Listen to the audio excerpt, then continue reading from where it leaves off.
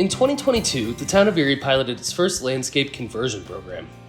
Named the Turf Replacement Rebate Program, it sought to help water users replace their non-essential turf grass with low water use landscaping or low water use grasses.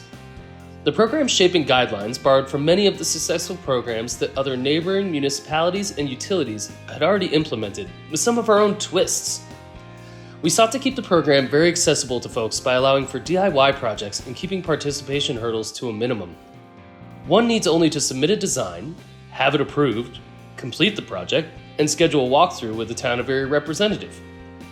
Our rebate program will provide participants with $2 per square foot of project area, up to 1,000 square feet for a maximum total rebate of $2,000.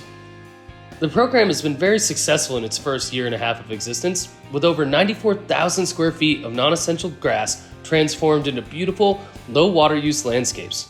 That's almost 2 acres. Participants in the program have reported saving hundreds of dollars on their summer water bills after completing their projects, so they can feel good about their conscientious water usage and save money at the same time. Any person, business, or organization with a Town of Erie water account can participate. Go to the Town of Erie's Turf Replacement Rebate page to find out how we can help you with your project today.